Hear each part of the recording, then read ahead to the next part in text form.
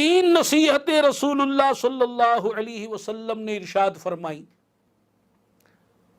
چونکہ میرا موضوع آج کا شکر کے حوالے سے ہے، اگرچہ آج اس کا پورا بیان تو میں نہیں کر پاؤں گا، یہ تین نصیحتیں ہی بیان ہو پائیں گی۔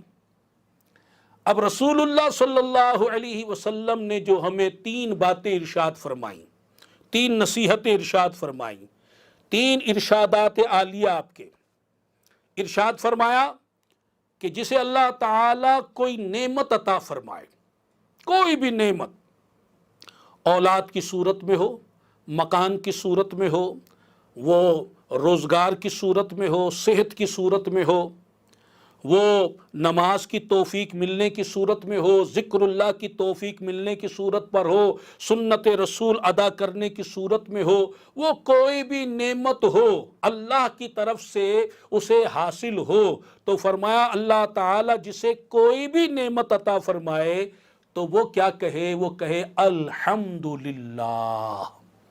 کیا کہے؟ الحمدللہ، کہ تمام تعریفیں اللہ کے لیے ہیں، شکر ادا کرے اللہ کا، کہ شکر اللہ کا، شکر تعریفیں اللہ کے لیے، ثنا اللہ کے لیے، حمد اللہ کے لیے، تو اللہ تعالیٰ کا شکر ادا کرے، اس کی تحمید بیان کرے، کہے الحمدللہ۔ اور یہاں میں یہ بات عرض کرتا چلوں، زبان سے تو الحمدللہ کہا، دل میں بھی اس نعمت کی قدر ہونی چاہیے۔ اگر بندہ نعمت کی ناقدری کرے اور الحمدللہ کہے تو اس کو وہ برکت حاصل نہیں ہوگی۔ نعمت کی ناقدری تو ناشکری میں شمار ہوتی ہے، شکر گزاری میں نہیں۔ اس کی بات انشاءاللہ تعالی آئندہ بیان ہوگی۔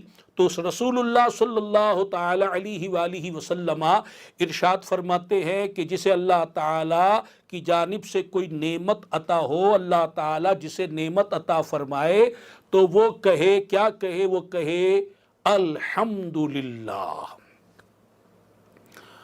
اور دوسری بات ارشاد فرمائی، اور یہ بات ہم سے ہو رہی ہے، تو ہم نے صرف سننا نہیں ہے، ان باتوں پر عمل بھی کرنا ہے۔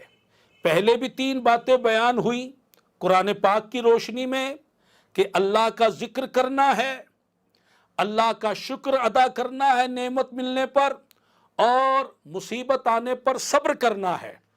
اب رسول اللہ صلی اللہ علیہ وسلم بھی ویسی نصیحتیں ارشاد فرما رہے ہیں۔ فرمایا کہ جب اللہ تعالیٰ کی جانب سے نعمت ملے تو کہو الحمدللہ، اور جب تمہاری روزی میں تاخیر ہو جائے، اور جس کے رزق میں تاخیر ہو، لیٹ ہو جائے، روزی اس کو نہ ملے، تو وہ کیا کہے؟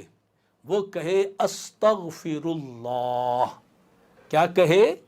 استغفر اللہ۔ وہ استغفار کرے، بار بار پڑھے اللہ اکبر۔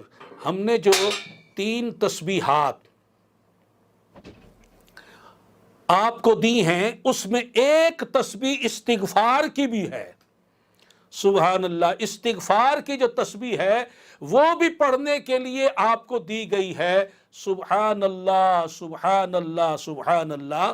تو فرمایا کہ جس کے رزق میں تنگی ہو، تاخیر ہو جائے، دیر ہو جائے روزی ملنے میں، تو وہ کیا کہے؟ استغفر اللہ۔